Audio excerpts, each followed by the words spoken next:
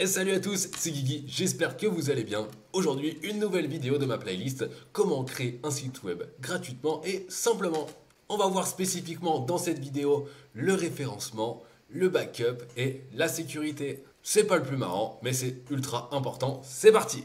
De retour sur mon tableau de bord, on va aller dans les extensions, extensions ajoutées, et là on va aller taper sécurité. Il y aura plein d'extensions, mais moi je vais vous en donner une qui est vraiment facile à paramétrer et qui sera largement suffisante pour vous. Ce sera sécurité, anti-malware et pare-feu. On l'installe, on l'active et on va aller la configurer. Ça va être super rapide, on va aller anti-malware. Vous voyez que pour l'instant il y a du rouge partout.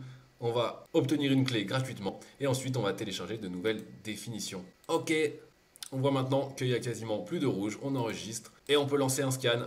Ça peut être plus ou moins long en fonction de ce que vous avez sur votre ordinateur. Ça va scanner tous les fichiers pour être sûr que rien n'est infecté. Bon, de toute façon, on est en local, alors il n'y aura pas de problème pour le moment. On va laisser ça tourner en arrière-plan et on va ensuite aller dans Extension, ajouter encore une fois. Et là, on va mettre Updraft. On descend. Là, on va chercher celle qui est pour les backups, qui s'appelle Updraft Plus WordPress Backup Plugin. On installe. Un backup, qu'est-ce que c'est? C'est tout simplement une sauvegarde si jamais vous faites quelque chose, une action que vous ne vouliez pas, ou alors tout simplement si jamais vous faites une erreur ou vous faites pirater, et vous avez quand même tout votre site. Donc c'est quand même plutôt cool, les sauvegardes c'est important. Il est bien fait, il est intuitif, on continue. Cliquez ici pour commencer, c'est parti. Il nous explique comment faire votre première sauvegarde. Il nous l'explique en anglais, mais vous êtes bilingue. On va suivre tout ce qu'il nous dit. Suivant. Là, vous allez rentrer à chaque fois ce que vous voulez sur la planification de vos sauvegardes. Suivant. Où est-ce qu'on veut stocker la sauvegarde? Puisque qui dit sauvegarde dit stockage. Et il nous dit par défaut que si on ne change pas, ce sera sur le même serveur qu'il y a notre site. Donc, s'il y a une infection, c'est pas top. De toute façon, j'ai pas envie de payer et j'ai pas d'autres lieux de stockage pour le moment. Je mets suivant. Et pour le reste, suivant, suivant, suivant. Terminé, on retrouve notre sauvegarde restaurée et on va faire notre première sauvegarde. C'est parti. Qu'est-ce qu'on veut inclure dedans? La sauvegarde est terminée, on continue, on va passer maintenant au référencement. Si vous avez suivi mes premières vidéos, normalement vous avez Yoast SEO. Le référencement, je vous rappelle, c'est votre visibilité sur Internet. Où est-ce que vous allez apparaître dans un moteur de recherche? Alors dans notre tableau de bord, on va aller dans notre configuration initiale.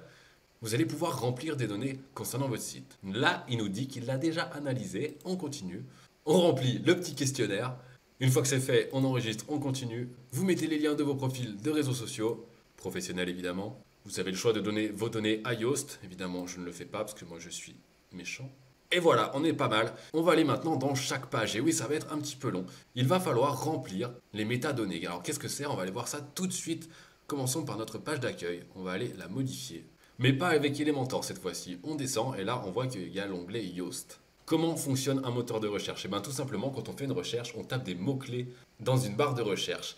Ces mots-clés, il va falloir les renseigner pour que vous puissiez être visible. Petite précision, pour l'instant, vous n'êtes pas visible du tout puisque vous êtes en local. Votre serveur, il est seulement en local. On verra dans quelques vidéos comment vous allez pouvoir justement mettre ce site sur Internet, visible à tous, avec un nom de domaine. On en revient ici à cette page, les requêtes cibles, ça va être les mots-clés qui sont liés à cette page seulement et pas à votre site Internet. Et le plus important surtout, ça va être votre métadescription. Puisque pour l'instant, ce qui va être affiché dans le moteur de recherche, c'est ça. Veuillez renseigner une métadescription. C'est pas fou quand même.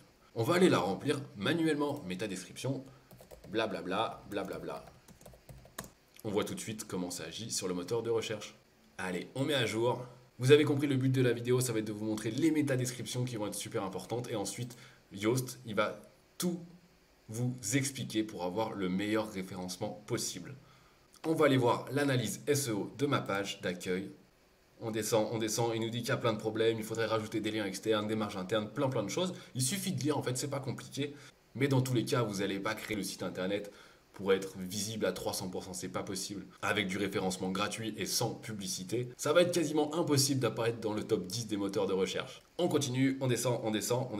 Voilà, après il nous dit les améliorations qu'on pourrait faire et le bon travail également. Vous voyez que les images sont déjà optimisées parce qu'on avait déjà téléchargé Smush. On descend encore, l'analyse de la lisibilité. Et voilà, il faut lire, il nous donne plein de conseils avec les tendances, le nombre de mots optimum par phrase, la manière de tourner les phrases. Vous voyez que c'est une extension qui est complète sur le référencement. Elle est vraiment parfaite, je l'aime. Faites tout ce que vous avez à faire pour améliorer, mettez à jour, retournez voir sur Yoast à chaque fois. S'il vous dit que c'est mieux et les conseils qu'il vous donne, on retourne sur notre tableau de bord. Et une petite astuce que je voulais vous montrer, on va aller dans les extensions. Et si vous le désirez, vous allez pouvoir mettre des mises à jour auto de toutes les extensions plutôt que de les mettre manuellement à chaque fois. C'est pas forcément conseillé parce que quand on a une extension qui fonctionne, une mise à jour peut la faire planter, mais c'est rare. Alors moi je vais tout prendre, tout sélectionner et je vais activer les mises à jour auto et appliquer.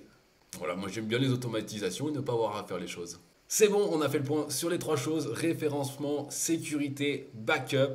Ne perdez pas tout votre temps à essayer d'avoir le meilleur référencement possible parce que ça peut prendre énormément de temps. Je vous conseille plutôt d'aller partager votre site sur les réseaux, d'en parler à vos connaissances, d'organiser une fête avec vos voisins et de vous abonner à ma chaîne. En tout cas, si ça t'a plu, thumbs up. Si ça t'a pas plu, double thumbs up. Tu connais la routine. Et la prochaine vidéo, on va voir quoi? On va voir 3 choses beaucoup plus fun.